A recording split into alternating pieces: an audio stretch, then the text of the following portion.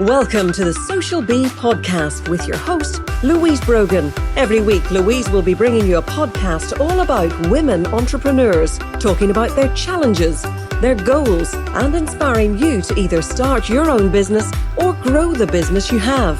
Visit www.socialbeeni.com to join our community and pick up some lovely freebies to start marketing your business online today. Hello and welcome to today's episode of the Social Bee podcast. Today I have a very exciting and interesting guest, Esther Lawson de Ocampo. So first of all, I probably aren't even pronouncing your name properly, Esther. Esther's very name is very interesting, so we're going to have a little story about that.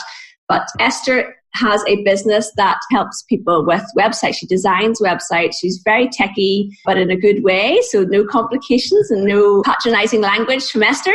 And Esther and I have met each other probably now a few years ago. And Esther is also in Northern Ireland. And we met recently at Facebook Gather in Dublin. And it was a no-brainer to get Esther on the podcast. So Esther, welcome to the Social Bee podcast. Thanks very much, Louise. It's great to be here. Yeah, the name is Ocampo, not... Sorry, yes, apologies. So, first of all, Esther, tell us a little bit about yourself and your background, and then we'll get on to your products and services afterwards. But I'm interested for you to tell the listeners a little bit more about your background. Yeah, so born and raised in South Down, Northern Ireland. Went to university in Korean, did business in Spanish. So took myself off to Mexico for 12 years after I graduated, and that's where the surname comes from. Found myself a husband, got a couple of kids, and then brought them back 4 years ago. So that's the shortened version. You spent 12 years in Mexico, and then you came back here 4 years ago. Yeah. So I'm showing my age. You can work it out, like if I left straight after graduation or not. So when you were in Mexico, Esther, tell us because first of all, tell everybody what your business is in your own words. Okay, so we are a digital marketing agency, small enough to care, but large enough to be able to handle all your needs. We do everything that's back here. Mainly web design, SEO, graphic design. I'm reading it backwards because of the computer. Social media marketing, we overlap a lot of stuff, but basically to keep you live online and get you seen and come up with strategies and what's the best way to go forward with what you already have or how to start new things for you. We also are in the process of implementing AR and VR, and it's the up and coming thing now. So, but our most basic packages are web design, SEO, social media management, and content. So 12 years in Mexico, I didn't work in this. Okay. I did what every good English speaker does when they go to a foreign language. I taught English as a foreign language. Brilliant. Okay. I lived in Mexico City for 5 years, largest city in the world, size of Northern Ireland with 30 million people. Wow. So that was fun. And then moved to Tijuana, probably the most dangerous city in the world at that point, and lived there for 7 years. And it was there that my husband started the first branch of IPA up there with a few friends of his. And it was going there for about 3 years and didn't really take off. And when we came home, like I said, 4 years ago, I was basically unhireable because I'd been out of the country for so long and hadn't been using my degree. So he was wanting to continue on with IPA. So we opened IPA Group. We still have a branch in Mexico. We have our branch here now, and offices in 3 or 4 different cities. Wow. So like I say, it's small enough that, small enough to care, but large enough to be able to handle all your needs. I think, Esther, in my previous 72 episodes, I'm not sure that I've ever interviewed somebody who has a company with offices in multiple cities around the world. That's very impressive. I'm very impressed by that. So, what does IPA stand for? IPA is Innovative Publicity and Advertising. Fabulous, love it. And in Mexico, was it called that too, or did it have a Mexican name? No, it was called IPA as well. and we did use the English because in Tijuana it's a lot of English speaking because it's on the border with California. So, yeah. So whenever you and I were at Facebook together, I think you said to me, you literally could just hop across the border into America, couldn't you? Yes. Yeah. Yeah, it was 5 miles. I lived 5 miles from the American border. Okay. So this is really nothing to do with business. I'm just curious. When you had your kids, your kids were born in Mexico? Yes. Right. Yes. And did they go to school in Mexico or did they go to school in America? No, they went to school in Mexico. Okay. I was allowed to have my kids in America, but I thought having Mexican, British, and Irish nationalities would be enough for them. So yes, having a fourth was just going to be great. And so when you moved back here, what age were your kids when you moved? When we moved back, my kids were 4 and 3. So wow. We moved back in the December, and my 4-year-old, he was going to be coming 5 in May, so he started P1. Didn't speak a pick of English for the first week. I was the only one who'd been speaking English to him for the first 4.5 years of his life. And it took him a week to figure out that, I can't speak to these people like I would normally speak, because he would always answer me in Spanish. So a week later, he started speaking in English fluently. I mean, it was in there, hidden in there somewhere. And my 3-year-old took 6 months. Wow. To figure out that he was in a different country. But now they've both been here longer than they were ever in Mexico. So, but they speak both languages. I was about to say, do they still speak fluent Spanish? Yeah. Yeah, that's brilliant. My sister is a Spanish teacher, so she would be going thumbs up. No, definitely teach them young, and they'll never lose it.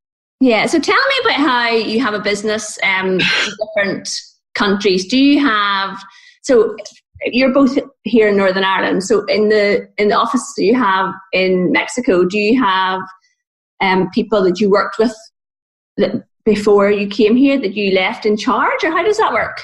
Yeah, well, IPA is a very family run business. So it's my husband and I run it. And in one of the offices in Tijuana, my mother-in-law runs it.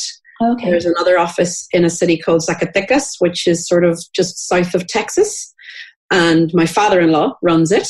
Okay. And then we have, there's only 2 of our 10-strong team that are not family members. Oh, wow. We treat them like family anyway. So it's mother-in-law, father-in-law, brother-in-law, sister-in-law, her husband, myself and the husband, and then 2 externals, but they're like family. Yes, but they're like family. I love that. So how do you get together, like on Zoom calls or anything, or how does it work? Yeah, we have monthly meetings we use Appear-In. Okay. So, or Hangouts. Or what's Appear-In? Depending on, Appear-In is, it's a free platform for 1 to 4 screens. So if there's more than 4 coming on, then we have to move to a different platform like Hangouts or something like that. Okay. Yeah. Keep the cost minimal. Yeah, no, absolutely. Love it. And are your clients then, does each office have local clients, or do you, if you picked up a client in the UK, could somebody be working on that client in Mexico, or how does that work? Yeah. Well, the majority of our clients here in the UK are actually in America. So that's the majority of the clients that I've picked up are from Texas and California. Then the local offices in Mexico would pick up mostly Spanish speaking. Okay. And Mexican clients, but they can also pick up American ones. We're all bilingual, English, Spanish. We've got a client in Turkey as well. I do have quite a few listeners in America. So the people who listen to the podcast who are actually in America are probably quite interested in this. How do you get clients in California if you are here, or if you're in Tijuana? Are they finding you through your own fabulous SEO, or how are you finding these clients? It's a mixture. When we first started with the UK branch, I was doing a lot of Blab was around at that time. I don't know if you remember Blab. I do. I never really used it, but I remember it, yeah. Yeah. So I went onto it a few times and met a few people on it and got chatting and literally, just picked up a few clients that way. And then they referred us to their friends, and then referrals referrals work, word of mouth works around the world. Yeah. And then I joined Women's Inspire Network here in Ireland, and it's an international women's network as well. And there's a lot of clients that I've picked up from there as well. That's how I got the one in Turkey. That's how I got a few more in America, and that's also how I got more local ones. Yeah. So yeah. I think it's really fascinating that really, even though we are in the age of technology and IT and all that stuff, it is still word of mouth that gets you business, isn't it? Yeah. And, a lot of our American clients love the fact that we're bilingual, because I don't remember the statistic now, but I think it's something like 40% of people living in America speak Spanish. Wow. So, that's a large portion of their market as well. So would some of your clients want their website in 2 languages? Yes. Right. Which is probably a niche that you are filling that a lot of people aren't. Yeah. Yeah. Brilliant. So let's talk about niches a little bit. What are your thoughts on niching down in your business, Esther? Pros and cons. Pros and cons, because there's something to be said for being able to do a lot for your one client, to have sort of a one-stop shop, and instead of having to go to one place for your web design and somebody else for your SEO and somebody else for your logo and somebody else for your ebook designs and stuff like that. Yeah. You can phone us up and go, do you also do this? And generally the answer is yes. And but then again, we do niche in the type of websites. Yes. The platform that we use when building our websites. We use Webflow, which we find to be a lot more user friendly, a lot less bugs, a lot less glitches, because there's no plugins. There's no, there's nothing that can go wrong, because everything's in the one platform. So that would be where we niche down and use specific tools to fulfill the different needs that you have.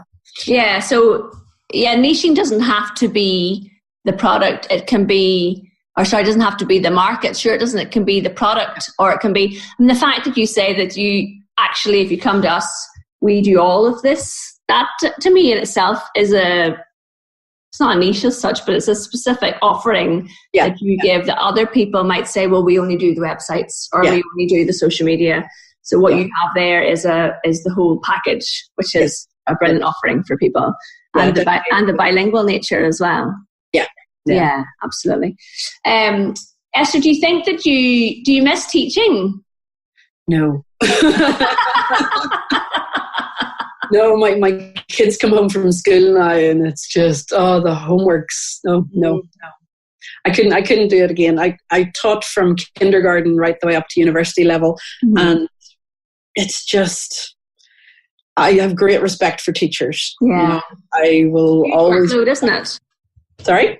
It's a huge workload to be a teacher. Yeah. So there's no regrets in starting your business?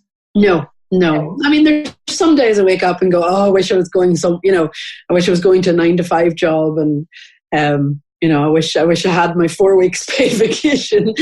But no, it wouldn't change it for the world. No, I wouldn't change it either. Actually, Mike McAllowitz, who has a new book out, so he wrote Profit First. Yeah. A new book called Clockwork, I think. And I was listening to him on a podcast yesterday, and he said that the first thing he wants all entrepreneurs to do is get to a place where they book themselves 4 paid weeks vacation. So that's our goal, Esther. It is. I definitely do have that in my life, but I don't know, not all at once. I mean, he says if you can't leave your business for 4 weeks, you've got to really look at your business. And I thought, I'm going away for 2 weeks in July, and I'm going away for a week at Easter. And I probably have weekends here and there. So dotted together, I'm sure there are 4 weeks, but would I walk away and not touch my business for 4 weeks? Not a mission. But I think... Oh, sorry. You're okay. As much as because I love what I do as well. Yes. I would find it hard to leave it all behind for 4 weeks. In fact, I would find it impossible. Exactly. No, I took myself off for a week. Just me. I left the husband and the kids behind.